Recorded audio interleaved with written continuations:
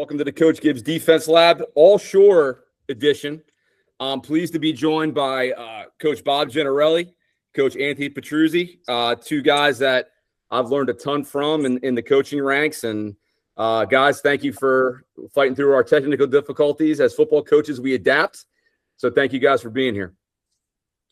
Thanks for having us. This is awesome. So I was just saying, I think the last time we saw each other, we were stuffing our face at Carmine's in Atlantic City after the Glacier. That was a good time. That was a good time. Obviously present company, absolutely included. And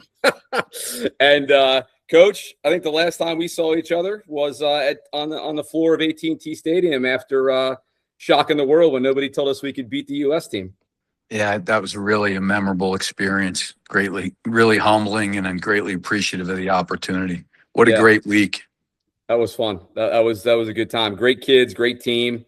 Something that those guys and ourselves will remember for the rest of our lives. So let's jump right into it. Coach G, when you took over Raritan, what was something that drew you to that job? Obviously, having success you had at Mid-South prior. So what was it? The one thing that really drew you to taking that job? Just the town was known for a blue-collar reputation. It's a hard-working town. And I always felt like in my previous experiences, Raritan kids were always tough, were always physical. They may not have had the best records, but it was always it was always a fight. And it was a challenge because prior to us getting there, there was a winless season. So, we're always up for a challenge. Yeah, and Anthony, obviously, I know you stepped away this year and had a heck of a run, and obviously we've competed against each other for a long time. So, how was that transition? Obviously, going from coach and you're taking the reins over. How were you able to continue that successful tradition that coach established? And Coach, he groomed me for the job. So he was my mentor since that. I was a freshman on that winless Rocket team. So when Coach came in, changed the culture of the program. Just as a sophomore, I was already taking notes. From again his leadership ability and how he treated his players and what he expected from his coaches and his players, and from the ground up. From 16 years old till I am now. I was just always taking a lead from Coach Generelli. And so when I took over and transitioned, I had to learn a little bit about what my version of Rocket football was going to be, but it was always going to continue on the legacy that he had built and what he just talked about. Kids at Raritan, they're tough, they're hardcore, they're blue collar, they're old school, and I think they're smart, and they always allow us to coach them hard, and it's always been a camaraderie thing. It's always been a team chemistry thing at Raritan. So those were things that, I was never going to let slip. So, it was always just trying to kind of, stand on his shoulders and improve the things that we were able to improve on and control the things that we can control on. It cycles here in Hazlitt. You're going to get good teams. You're going to get some teams that struggle a little bit with talent. But at the end of the day, like Coach said, you have a fighting chance because kids are going to play hard for you. They're going to learn, and they're going to want to be coached. That's one thing. I always know, just preparing from you guys, even from the position coach to a coordinator perspective, you knew you were in for a dogfight. It was going to be a 4-quarter game. There was never a game that was like, oh man, at halftime we got this. It was always a battle. And like you said, that's a testament to both you guys preparing your kids. And Coach G, obviously, like over the course of your career, when you go from Mid-South to Raritan, obviously football changes, right? Schematics change. And so how did you end up, and I'm going to kind of lean on that, our experience obviously in 2020 together, developing the offensive plan. How did you start to develop that system and that schematic philosophy to the play calling style that you had, from the end of the Raritan run to into 2020 with the Japanese team?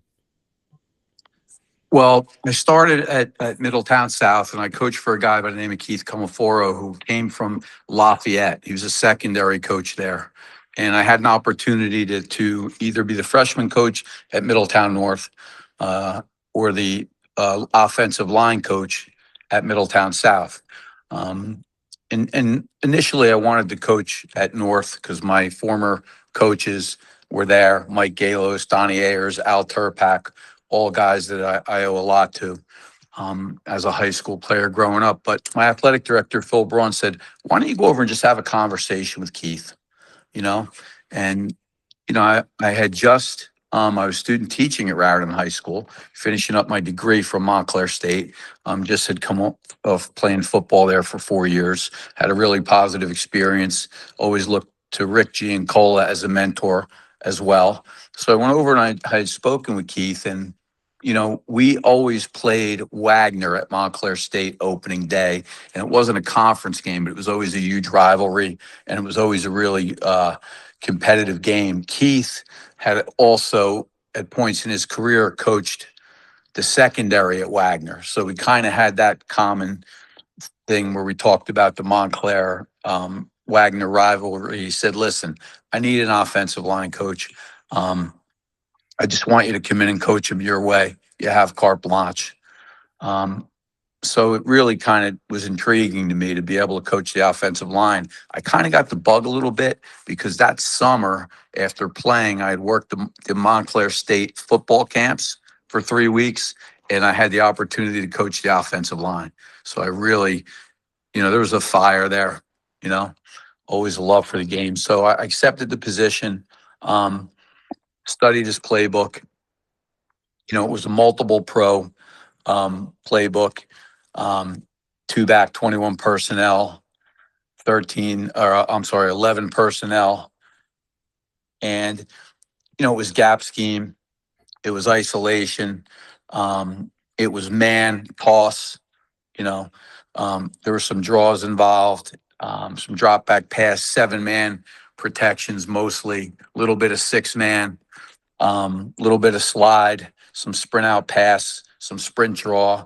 Stuff was pretty easy. Things that I kind of was exposed to from Charlie Kukuza and Rick Giancola, Rich O'Connor at Montclair State. It was intriguing to have my own group. And so I ended up in '86 being a line coach at Middletown South while I student taught at Raritan. And, we had won the first conference championship there in years, for South, and we actually beat Middletown North on Thanksgiving Day for the conference championship, and they went on to win Central Jersey Group 4 in '86. Donnie Ayers was the head coach. From there, I had left Middletown, had great kids, great parents, and a really, really good staff. Great staff, guys that were really committed, coached players the right way, knew it was about relationships, knew it was about a process, knew it was about a standard.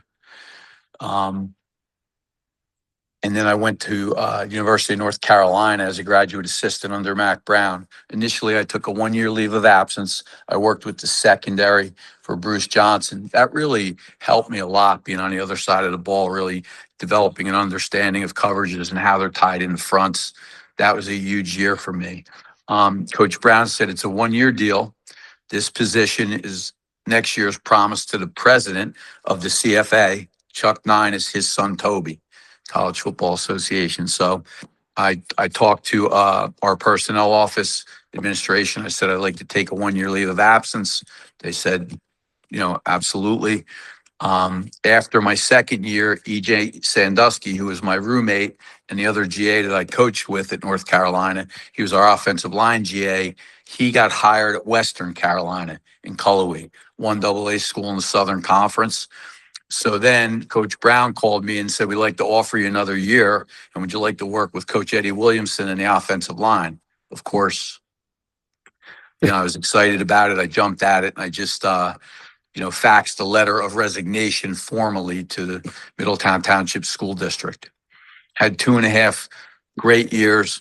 Worked for Carl Torbush, who was a Broyles Award finalist on defense as a coordinator, and then had worked for Darryl Moody, who was an offensive coordinator and then later an NFL scout for a long time. But the real breakthrough for me was when I had an opportunity to work for Greg Davis the spring of '96. He had come in from Georgia. He had Eric Zier. And he really had just a really neat pass offense, 10 personnel. He had a whole 10 personnel package, 1 to 10. Big emphasis on the screen game, big emphasis on, methods of blitz control, screen draw, max protection, moving the launch point, things like that. Really, really intriguing. Had 2 quarterbacks, Chris Keldorf, Oscar Davenport, really good players. Leon Johnson was a tailback. He played for the Jets and Bears. We had some pretty good players. Really a lot of first-round draft choices on defense. Greg Ellis, Ebenezer Ekubon, Brian Simmons, Dre Bly.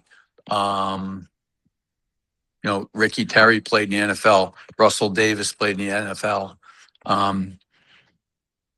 It was really a great experience. After my time was finished at North Carolina, I had interviewed for the special teams job at Rutgers with Terry Shea and Mike Gilhammer, and those guys did not get the position. I had interviewed for the offensive line job at Lehigh with Kevin Higgins, was offered the position, but the position did not come with medical benefits. So that was kind of a deal breaker for me. The principal at Raritan High School, Mark DeMario, was a guy I used to teach with in Middletown. He was a music teacher. And when I was teaching PE at Middletown North in the beginning of my career, his music class was next door. And he would have difficulty with his class management. So I'd be running back and forth to his class to help him out. You twist, you turn, and Dr. DeMario is the principal at Raritan High School. He said, we have a position. We have a program. I think we can be good. It's a rebuild. It's a tenure track teaching position. What do you think? It was close to my home, Middletown. And so I jumped at the position, and I came and I interviewed with Colleen Rafter, who was the athletic director. I remember I was only in town for like 24 hours, and she called me, and it was right after a workout, and I said, I can't make it dressed and showered. She said, come in your t-shirt and shorts after your lift and run. So I interviewed, like that, really hit it off. Philosophically, we were on the same page of where football fit, educationally, where football fit in the lives of young men, how we wanted our program, how we wanted to represent Raritan High School and the community, and just discussed our philosophies and just, a lot of the really intangible things that were important to both of us. So it was a good marriage. Had a great guy as our booster club president, the Godfather, Joe DiVirgilio. Field is named, or the scoreboard, right, and is named after him. He was super supportive of us, and he had a dream for Raritan to win a state championship before he passed, and we were able to deliver for him and the community, and it was a really neat experience. Coming to Raritan, prior to going to North Carolina, I was predominantly philosophically a 2-back pro. Open backs, heavy backs, mostly 21 personnel, kind of a standard pro run and pass game. After coming from North Carolina, really opened my eyes to spreading the field, 10 personnel, 11 personnel, some 12 personnel, and allowed me to meld a philosophy where I could marry 21 personnel run concepts with what we were doing in 11 and 12. And, it was really a lot of fun. We had some kids that really crave structure, and really our process was that our kids would give their best every day and really understand and live that they're part of something greater than themselves, and, it was really special to be at Raritan High School. I was blessed to have the opportunity. And I had an opportunity to coach with some great guys. I coached a lot of great kids, and it was special. Anthony being one of them. Anthony as a player, as a sophomore, we would lift in the morning at like 6 o'clock in the morning because all of our kids had to work and had to have summer jobs. So we had to get in and get out in the morning. And, the weight room was an important part, of our off-season program with speed work as well. He would ride his bike with a teammate of his, Tommy Giannacco, who's unfortunately is no longer with us, God rest his soul. He would ride his bike a pretty significant distance, both those guys, to get to the weight room every day, and you could see something in him. And then when he began to play varsity football as a sophomore and then as a senior captain, which, he led a team that actually went to the sectional final against Manasquan. We had lost 21-14 at Manasquan, but it was kind of a 3-year turnaround from being winless to go into the sectional final. So it was pretty neat. Yeah, that was, Coach, I love listening to that stuff. I mean, like I said, ton of respect for you and everything that you've done. And, Coach Petruzzi, kind of same question, but on the other side of the ball. So where did you develop your guys' style from, your fronts, your coverages? Because you guys stayed, in my opinion, you guys stayed fairly consistent throughout the time that we coached against each other. So where did you kind of develop that, play calling and then your front and coverage style? I think a lot of that stuff that we started out with was a lot of influence from, Coach Callahan and Coach Bobick at Monmouth University. We went there and studied with them, often. And it was such a good structure to start the teaching process, and from there, we built on it and we changed things around. It was modular. So, you use your own terminologies. You could add things when you wanted to.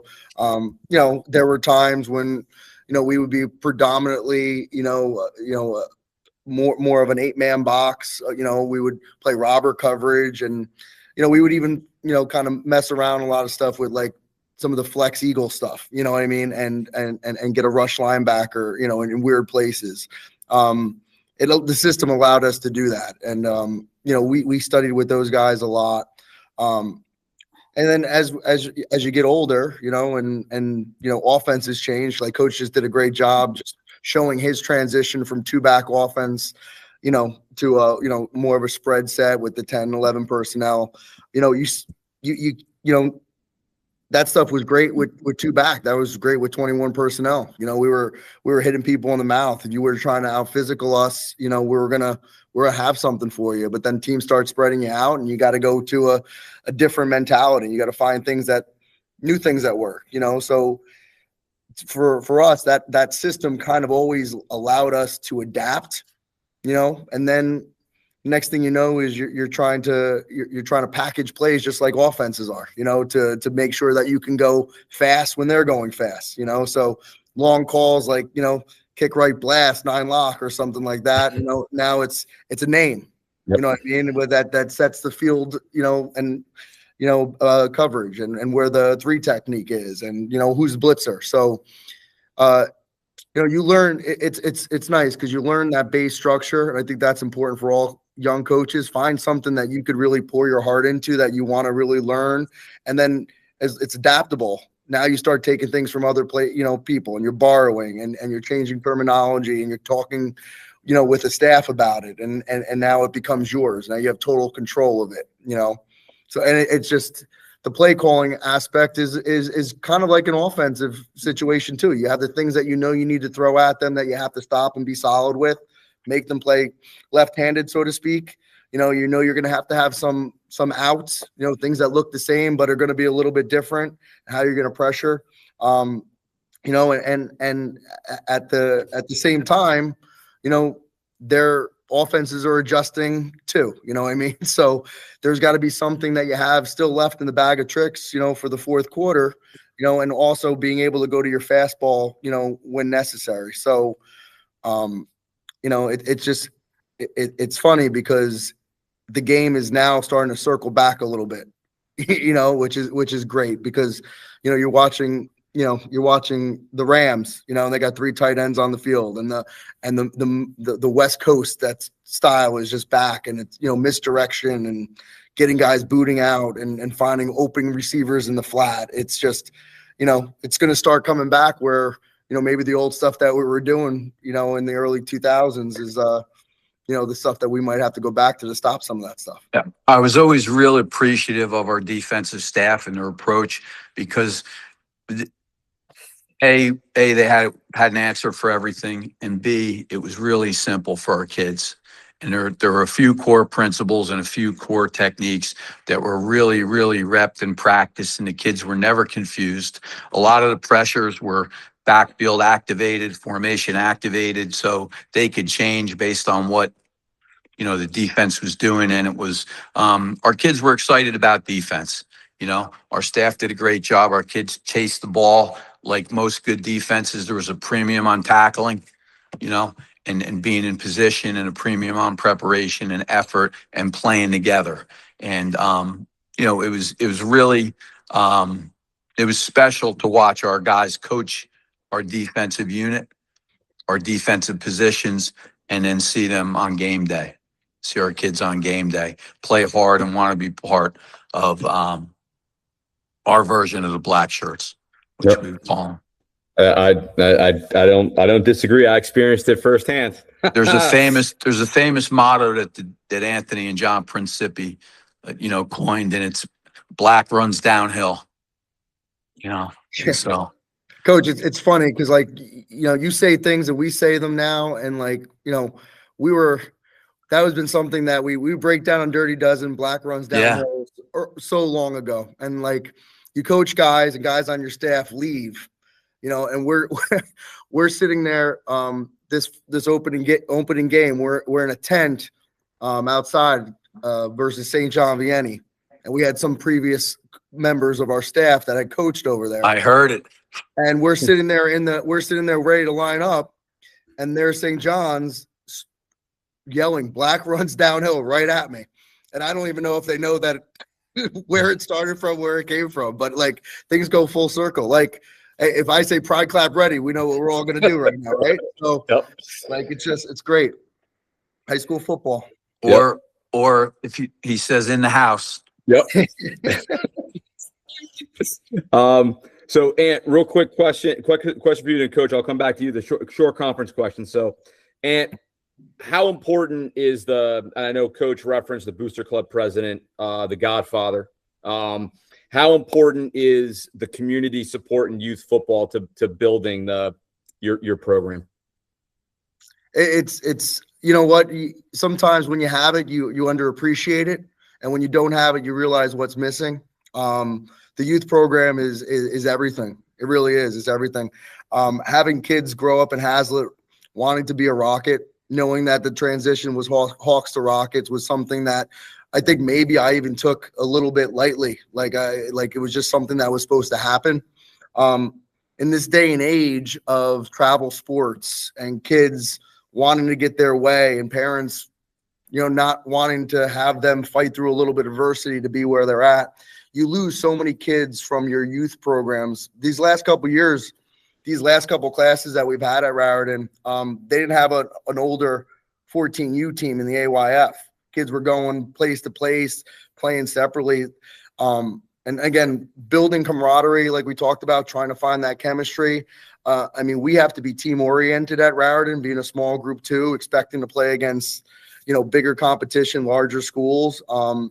And if your superpower isn't your teammates and the love for your teammates, you have a very hard time. It's always a fight for five around here, but it makes it really hard when one guy is not playing for the other and they don't see the big picture.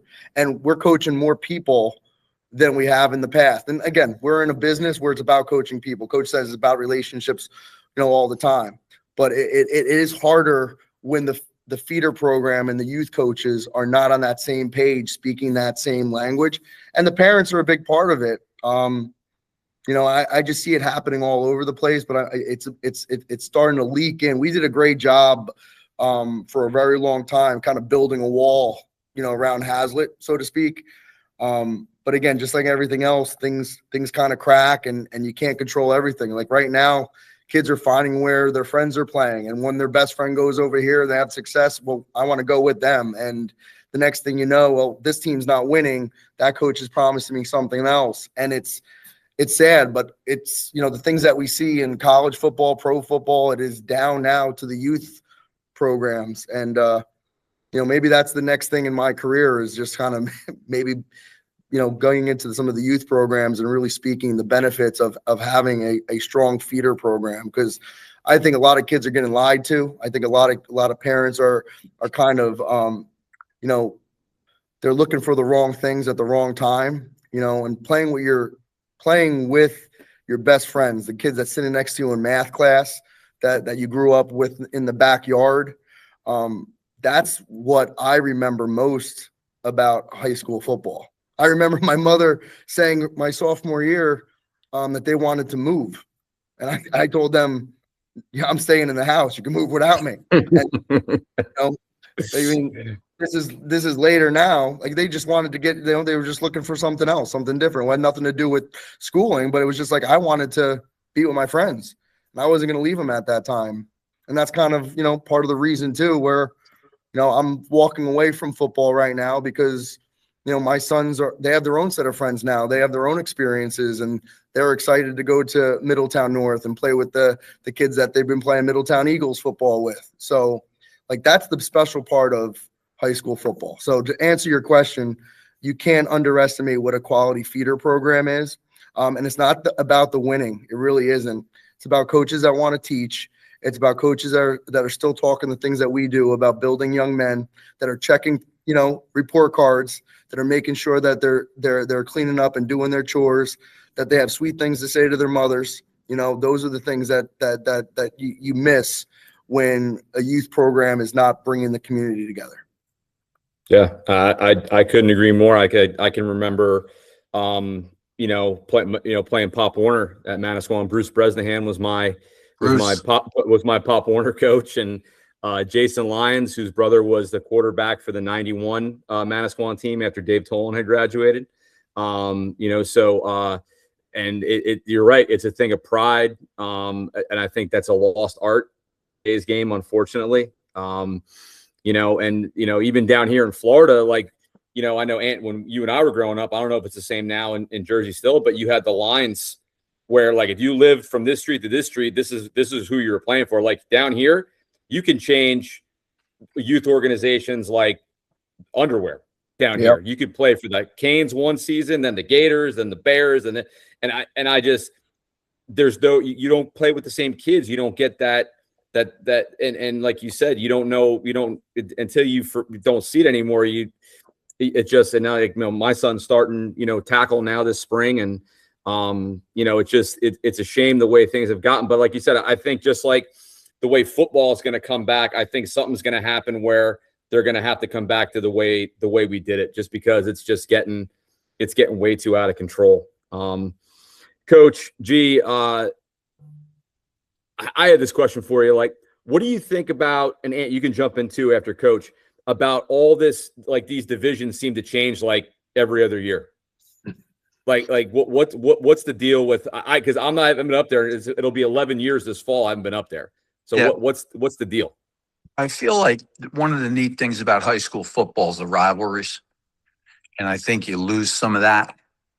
And I'm not really sure if there's a rhyme or reason, just as an outsider looking at it, on why divisions change. I think teams apparently that have success get penalized. And the one thing they're not cognizant of when they create these divisions is school size, which I really think should be something that's really taken into account. If you've had a run for a few years, you're basically going to get thrown to the dogs, and you're going to play the top teams and the parochial schools, and and you may not have that type of team, that type of roster, and you may not have those numbers either.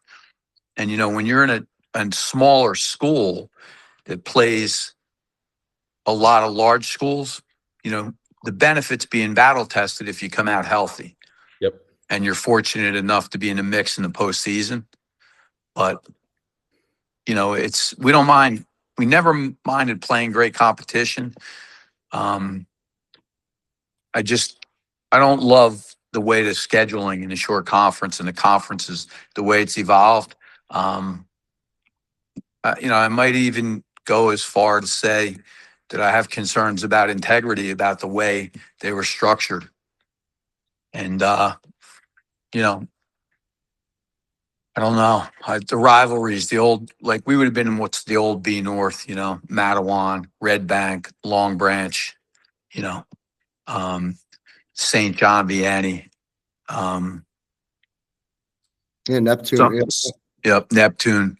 And, we felt like that was a great division, and then with some crossover games, playing in Ocean Township, playing Squan, playing Point Borough, playing a Middletown school, we that's kind of where we wanted to be. And you feel the same way? Yeah, I mean, I've been kind of talking about this for a long time, and nothing seems to be changing, but it's tough because right now you're kind of there's it's not even the word fair because nothing needs to be fair. Like there's nothing in life that's fair, but there's things that are just being left undone. Like again, small schools, and depending on the small schools, like right now you have Catholics, you got the parochials, and then you also have publics that are kind of wolves in sheep's clothing, right? They're not really publics, so you get tuitions, you get choice, you get regional schools, and those schools are different.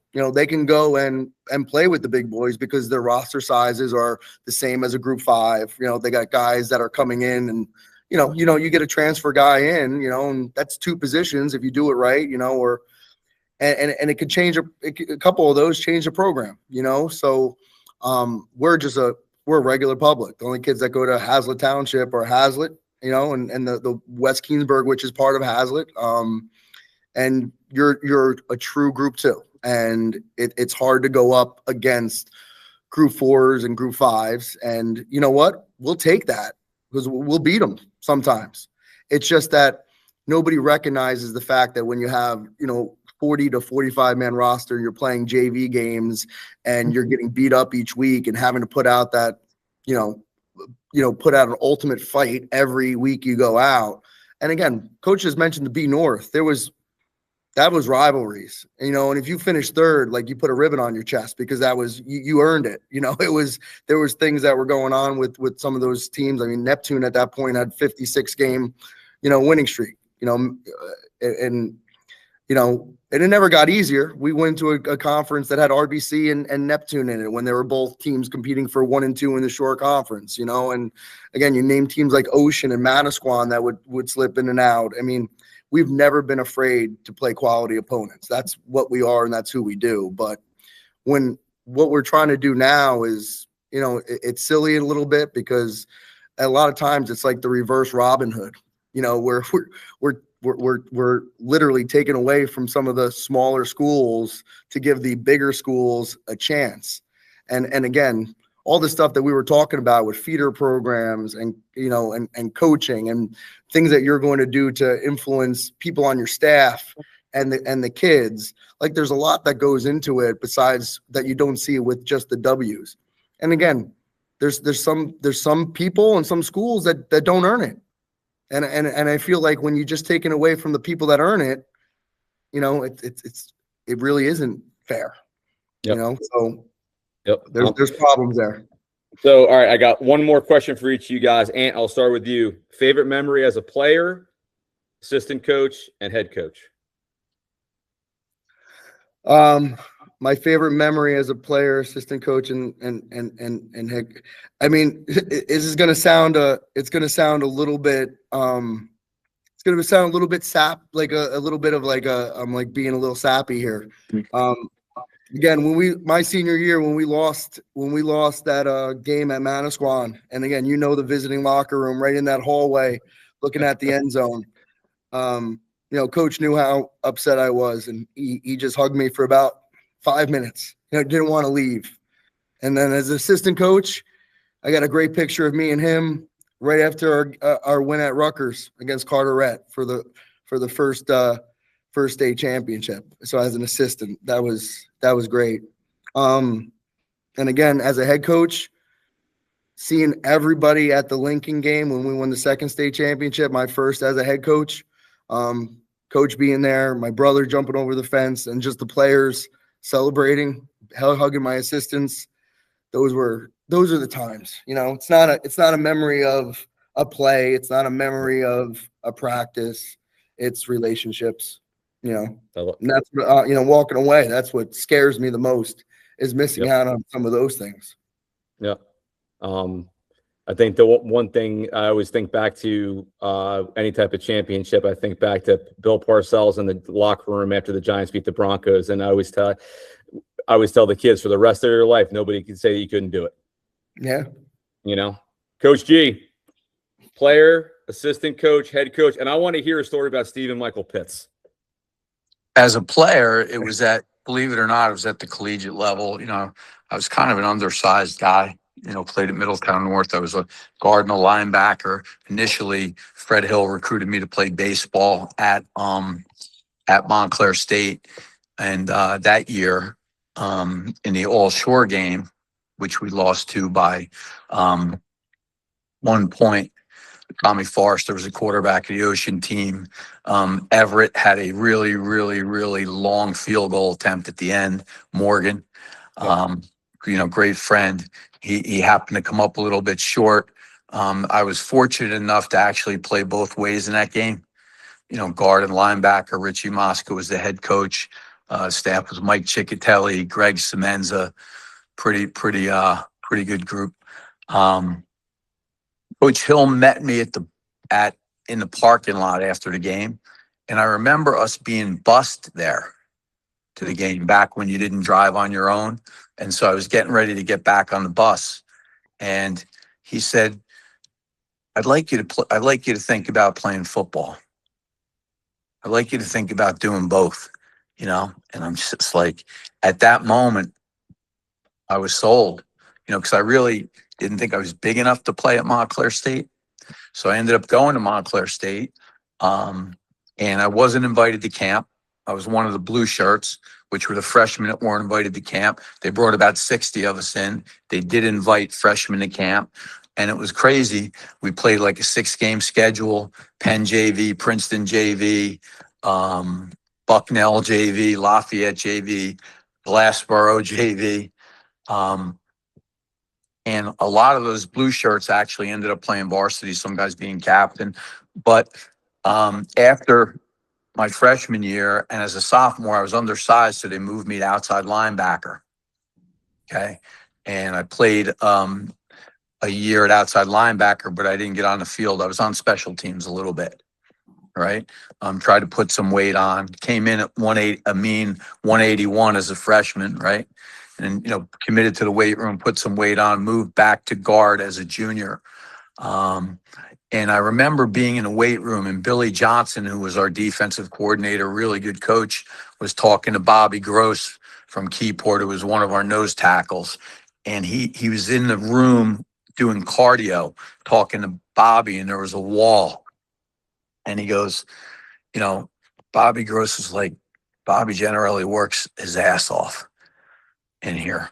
And Billy Johnson goes, yeah, he works his ass off, but he's probably never going to get on the field. I overheard him say, and so it kind of like, in the beginning, it hurt me a little bit, but that was only for a little while. And then it kind of lit a fire under me. And then I ended up, playing on the offensive line, being a starter. We went to the national quarters. We lost to Ithaca up there in like 8 inches of snow. Beat Western Connecticut, Paul Pasqualoni's team, 28-0. One of our backs, Leroy Horn, set an NCAA record. Any division, 350 yards and a half rushing. And so that experience, and Rick Giancola really was tough, but really fair. So that was as a player, that was a huge experience for me. As an assistant coach, probably that First state championship we were a part of in '89 at Middletown South. I mean, the offensive line, you had Chris Schutz at left tackle, all state, all groups. You had Christian Peter at right tackle. You had Nicky Trezza at left guard. You had Mike Macaluso at center. We had Jay Garvey at right guard. Scotty Hannon, just a really, really Dan Latour at tight end. Just a blessed to be able to coach a group like that and just really, really dominant. I remember we ran counter one game against Neptune at Neptune. Steven rushed for like 270 and there were just body flying, and that's when Neptune, they were really good. Coach Amabil did a great job. So that as an assistant. And then as a head coach, a couple really, big milestones. Obviously winning a couple state championships and going to finals at South, but really kind of validating that you could go build a program that hadn't been successful and do it in another place. It was tremendously rewarding. But our kids, my time coaching at Raritan and having coached at Monmouth University, having coached at University of North Carolina, having coached at South, my time at Raritan was really special to me. The relationships we were able to forge, how we did it, our process. I mean, the biggest memory for me as a head coach, and it happened after every game, was being in the back gym when the guys had given everything, blood, sweat, and tears, and being able to go up to each player and just give them a hug, after the game and just let them know how proud you were, win or lose, of them. That's a memory. That back gym after the game where guys are just spent. They're either on their feet, they're laying down on their back, they're seated against the wall, and just, blood on them, sweat on them, and just being, that's where I think, just the love we had for each other, players, coaches there. It was something that I'll never forget. That's awesome. Yeah. I'll leave you with just this one thing for me as a head coach was when I got to pick my staff in 2020. And I know they brought this up before, but I think Coach Reed was my first call. I think Coach G, you were my second call. Coach Galis didn't pick up because I don't think he had my cell phone number, but then he called me back after I left a message for him.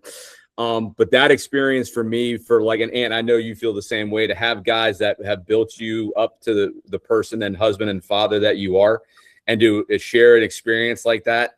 I remember telling them when we got to the hotel, because they bring in a coaching staff a day before the kids get in, and we had given the kids the playbook. And I remember having a staff meeting, and I'm like, this is going to be the easiest week of practice of your life. And we had to put the translator with Mike because he's the O-line coach, because they had brought three guys that were translators. So we had to put the one with Mike, and we put the one with LJ in the DBs, and then the other one was with Larry, I think, in the D line. And we were just Google translating it up and on the phone. This thing. But that to me, I will always hold that close to me, because it's something that I was able to give back to people that had given so much to me, and especially because we all come from the same tree. So that to me was that was awesome. But listen, I appreciate you guys taking the time, man. I know we worked through some technical stuff, but I love the Allshore podcast, man. We might have to do this like once a month. You guys can get like a slice of pizza from the place in Raritan that Portnoy loves and hold it up and make me jealous, because we get no good pizza down here. What place was that in? He went to a bunch of them in Hazlet, but what was it? I think it might be the one that's been there the longest. I know he went to Salerno's. and Salerno's was good. And they brought him out of buffalo pie the one time too. That's their specialty. But he doesn't like he doesn't like that. He just wants the plain. He's more of a bar guy, bar crust, thin crust thing. He's a Pete and Elvis guy. He loves some Pete Yeah. and Elvis. Yeah, he put them and Vicks in the same category, and I can't put Pete and Elders and Vicks in the same big number. No. My grandfather bartended at Vicks in the 50s, man. So, guys, listen, I appreciate it. I just want to give my high school coach, Vic Caboo, you know, obviously no longer with us, but a shout out for just the unbelievable influence he had on me as a kid, who was an insecure kid looking for an identity. And, you know, he saw something in me, and he was a guy that was really tough, really demanding, loved his players, and he made you believe you could be better than you were, or you could, you know, he really did. And, you know, he's the reason why he encouraged me to play college football. He was involved in working with Coach Hill to get me a special admit to Montclair State, which was a little more competitive to get into back then. And, you know, I owe everything to him. I know, you know, you can speak the same way. Our team got on a bus, you know, 2 buses, and went to his memorial service in the gym at Manasquan High School. You know, I've slept on his couch. I've dated his daughter, Terry. And, you know, he's a guy, I think not many days go by that I don't think about him, you know, and just the impact he had on me as a kid, and as a coach, and as a man. You paid it forward, Coach, and he lives through all of us every time we put that whistle around our necks, you know? Yeah. It's his legacy, and he's a legend. Yep. I think I still got, Coach, I think I still got the bruise on the chest from getting popped in the hallway. Man. that carried over to that guy too. Because him and his then BC Donnie Ayers, before Coach Turpak took over the defense and did a great job. Donnie, in this social studies hallway, in his history hallway, had a downhill left that was coming out of nowhere. It would really, you'd stop breathing. Oh man, we could, yeah. Donnie let me borrow his Toyota Bomb to drive Paul Oster to a visit at Southern Connecticut, one of my players at South. I mean, it just, I could go on and on. Just blessed. Part 2, PJ, to be continued. Oh, absolutely. No, we're definitely going part 2. But listen, thank you guys very much. Thank you. Appreciate it. This is great stuff. So yeah, we're definitely going to do a part 2. There's no doubt. There's no doubt. But thank you guys. Have a great night, Coach. All right. Always a pleasure. Coach Thank P. you. Yep. Love All it, right, man. Thank you guys. All right. Thank you. Bye. Good night.